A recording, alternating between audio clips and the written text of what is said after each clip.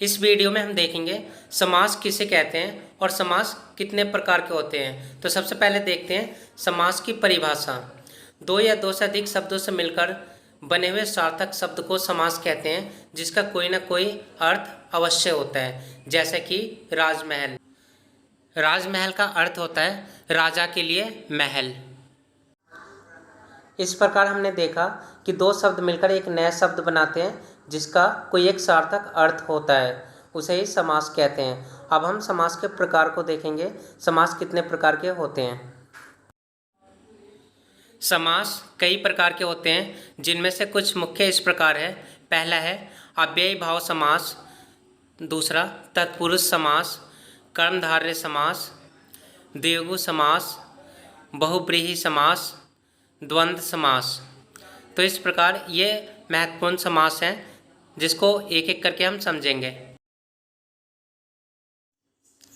सबसे पहले देखते हैं बहुव्रीहि समास।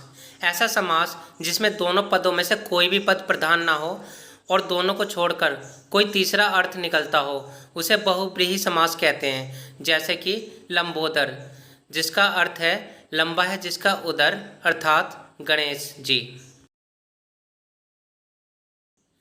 बहुव्रीहि समास के कुछ अन्य उदाहरण देखते हैं। पहला है महादेव। महादेव का अर्थ है देवों का देव, अर्थात शिव।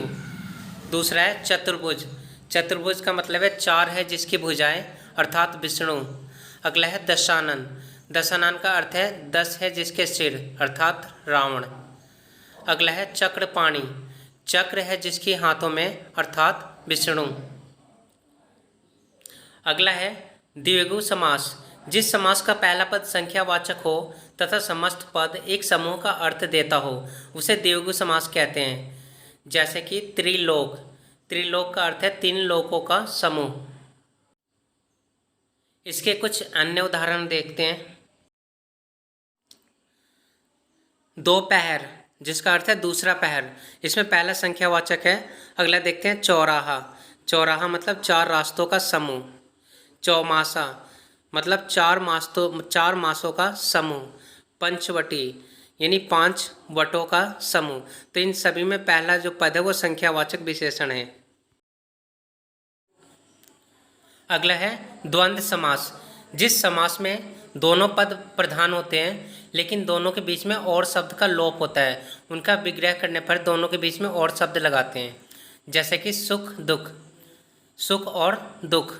हार जीत, हार और जीत। नर नारी, नर और नारी। माता पिता, माता और पिता।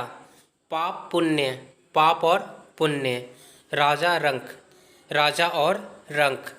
रात दिन, रात और दिन। देश विदेश, देश और विदेश। कर्मधारय समास।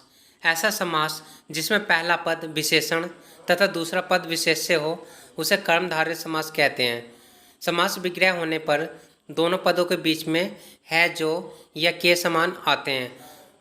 जैसे कि नीलकंठ, अर्थात नीला है जो कंठ।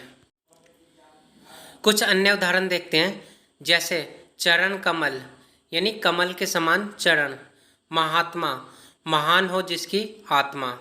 पीतांबर, पीला है जो अंबर। महाराज, महान है जो राजा। अव्ययी भाव समास। वह समास जिसमें पहला पद अव्यय हो तथा वही प्रधान हो, उसे अव्ययी भाव समास कहते हैं। अव्ययी भाव उसे कहते हैं, अव्यय उसे कहते हैं जिनमें लिंग, वचन, कारक, काल इत्यादि का कोई प्रभाव नहीं पड़ता। जैसे कि आजीवन। आजीवन का अर्थ है जीवन भर। भरपेट, भरपेट का अर्थ है